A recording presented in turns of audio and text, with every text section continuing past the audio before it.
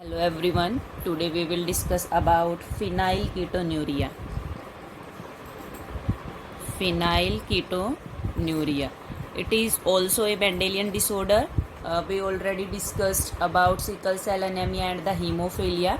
So phenylketonuria, it is the autosomal recessive traits. ये किस type का डिसऑर्डर है? Autosomal recessive trait. इसमें जो अफेक्टेड इंडिविजुअल होगा दैट लेक एन एंजाइम, ये इसमें एक एंजाइम नहीं होगा, दैट लेक एंजाइम. ये एंजाइम क्या फंक्शन करता है? That convert phenyl alanine into tyrosine. ये एंजाइम क्या करता है? फिनाइल एलानिन को किस में कन्वर्ट कर देता है? टायरोसिन. अब ये एंजाइम तो है नहीं, तो phenyl alanine that is converted into phenyl pyruvic acid. तो ये किस में कन्वर्ट हो जाता है? Phenyl pyruvic acid.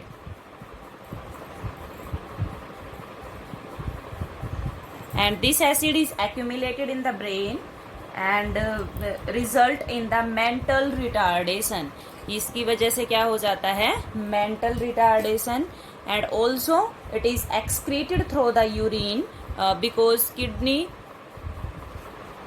Not absorb this acid. कि ये यूरिन में भी एक्सक्रीट होगा क्योंकि किडनी इसको एब्जॉर्ब नहीं करती हैं. तो देखिए फिनाइलकीटोनुरिया ऑटोसोमल रिसेसिव ट्रेट है.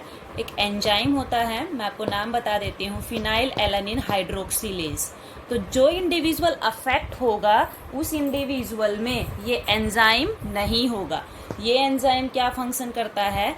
फिनाइल एलानिन को टायरोसिन में कन्वर्ट करता है. अब एंजाइम तो है नहीं तो ये इसमें कन्वर्ट तो होगा नहीं, तो क्या बना देता है? Phenyl pyruvic acid. ये ब्रेन में एक्यूमुलेट हो जाता है. तो क्या कॉज करता है? Mental retardation. और यूरिन में भी एक्सक्रीट होता है क्योंकि किडनी इसका एब्जॉर्प्शन क्या करती है? कम करती है. नेक्स्ट मेंडेलियन डिसऑर्डर है कलर ब्लाइंडनेस. नेक्स्ट कौन सा है? Colour blindness. कलर ब्लाइंडनेस जो है वो सेक्स लिंक्ड रिसेसिव है. ये आपको याद रखने हैं कि ऑटोसोमल रिसेसिव है या सेक्स लिंक्ड. तो इसमें क्या होता है कि जो पेशेंट होगा that do not differentiate between the red and green colour. कि उसको रेड और ग्रीन कलर में डिफ्रेंशिएशन ही नहीं पता चलता. और इस सेक्स लिंक्ड रिसेसिव है. एक्स क्रोमोसोम पे कलर के लिए क्या होता है? जीन. जैसे हमने हीमोफीलिया की थी ना, वैसे ही है. तो इसमें जो मेल में ज़्यादा होती है 8% में और फीमेल में कम होती है 0.4%. तो ऐसा क्यों है? क्योंकि इसका जीन किस पे है? एक्स क्रोमोसोम पे. ऊपर से ये रिसेसिव है तो फीमेल में होने के लिए तो दोनों क्रोमोसोम पे इसका जीन चाहिए, और मेल में के पास तो एक ही एक्स क्रोमोसोम है तो उसके लिए इसका क्या चाहिए? जीन. कि जो कैरियर मेल होगी, ये इसका मतलब क्या है? ये कैरियर मेल, ठीक है, ये नॉर्मल मेल में ट्रांसफर कर सकती है. देखिए ये इसके साथ करेगा तो ये कैरियर फीमेल. अब ये वाला .xy बनेगा तो ये क्या होगा? Colour blind. फीमेल कब हो सकती है कलर ब्लाइंड? फीमेल तब होगी कलर ब्लाइंड जब मदर क्या हो? कैरियर हो और उसका फादर क्या हो? Colour blind. तो पॉसिबिलिटी है कि फीमेल के क्या होने की? कलर ब्लाइंड होने की. अदरवाइज मेल में क्या है कि मेल में एक ही क्रोमोसोम चाहिए कलर ब्लाइंड होने के लिए, फीमेल में 2 चाहिए कलर ब्लाइंड होने के लिए. तो मेल में ज़्यादा जो कैरियर मेल होती हैं वो अपनी प्रोजेनी में इसे क्या करती हैं? पास कर देती हैं. ठीक है. तो ये एक्स लिंक्ड है, सेक्स लिंक्ड रिसेसिव है, एक्स क्रोमोसोम पे है ये. ठीक है. अब हमारा लास्ट है थैलेसेमिया. हमारा लास्ट है कौन सा है? थैलेसेमिया. देखिए ये ऑटोसोमल लिंक्ड रिसेसिव है. ये हमारी लास्ट है. तो हमने 5 की हैं जिसमें हीमोफीलिया और कलर ब्लाइंड ये दोनों तो सेक्स लिंक्ड हैं. बाकी फिनाइलकीटोनुरिया, सिकल सेल एनीमिया, थैलेसेमिया ये क्या है? Autosomal recessive. देखिए थैलेसेमिया में भी जो हीमोग्लोबिन है ना, उसमें जो ग्लोबिन चेन है, प्रोटीन चेन, वो उसकी अमाउंट कम ज़्यादा होती है। अमाउंट क्या होती है? कम ज़्यादा। तो ये थैलेसेमिया है, ये 2 टाइप का होगा, ठीक है। थैलेसेमिया क्या है? 2 टाइप का। और ये कब होगा? जब दोनों ही पेरेंट्स क्या हों? अफेक्टेड हों, ठीक है। तो इसमें जैसे एक अल्फा थैलेसेमिया है, एक बीटा थैलेसेमिया है। अल्फा थैलेसेमिया में अल्फा चेन, ग्लोबिन की 2 चेन होती है ना हीमोग्लोबिन में, अल्फा 2 बीटा 2, 2 अल्फा चेन होती हैं। तो इसमें अल्फा चेन अफेक्ट होती है, इसमें बीटा चेन अफेक्ट होती है।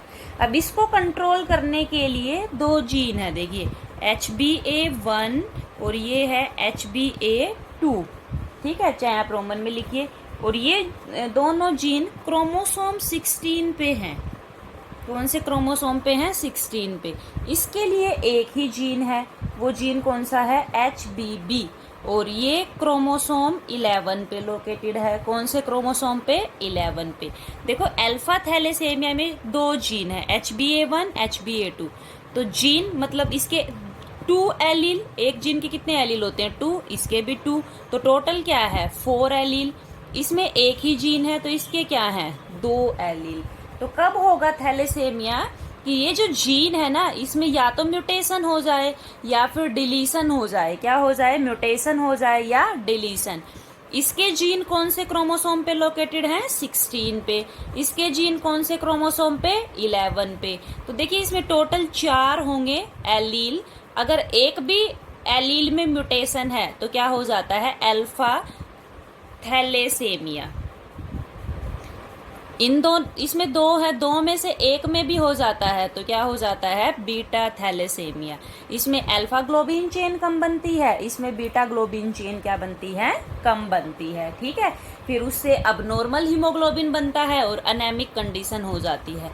अब आप कहोगे कि जो सिकल सेल एनीमिया है उसमें भी तो अनेमिया हो जाता है, तो इन दोनों में क्या डिफरेंस है? थैलेसेमिया क्वांटिटेटिव मतलब क्वांटिटी देखते हैं हम, कितनी बनती है ग्लोबिन चेन, कितनी नहीं बनती है।